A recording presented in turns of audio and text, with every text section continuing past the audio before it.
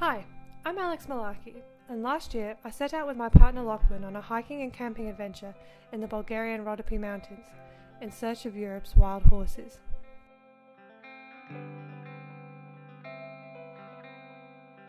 I know what you're thinking. There haven't been wild horses in Europe for more than 100 years. It's true. The taipan became extinct around the turn of the 20th century, but just over 10 years ago, an organisation called Rewilding Europe set out to fill that gap in the ecosystem by reintroducing tough native horses to the Rhodope Mountains in Bulgaria. This is a process known as rewilding, returning a species to the wild. In this case, it also means giving a domesticated species the chance to become wild again. And the Rhodopes is the perfect place to do it. With a history of communal grazing and a dwindling population as the young move into the cities, there are plenty of unfenced wild spaces. We began our journey in Kurgely in the eastern Rhodopes and made our way between the 5 locations where horses have been released. Mostly we travelled on foot with all our worldly possessions on our backs, but we never said no to a ride.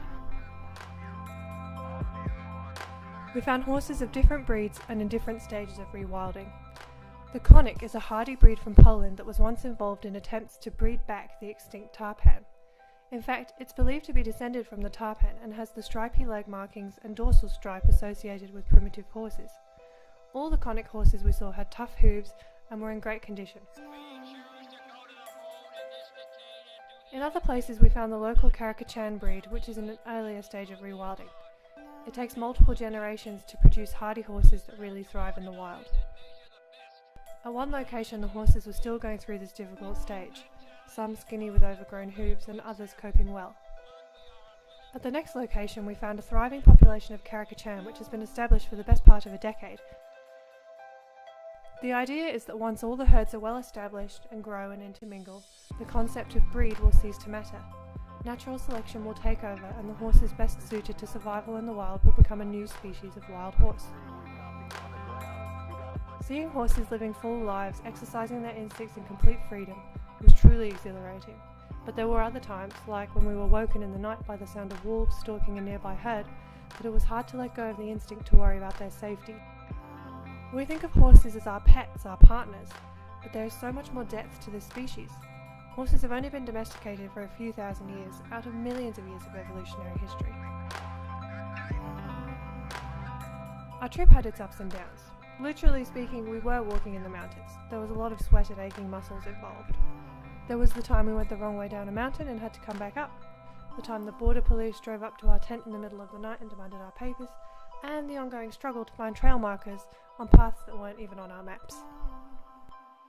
Getting to spend the evening cooking and sleeping surrounded by wild horses was one of the most incredible experiences of my life, and it's one I plan to repeat.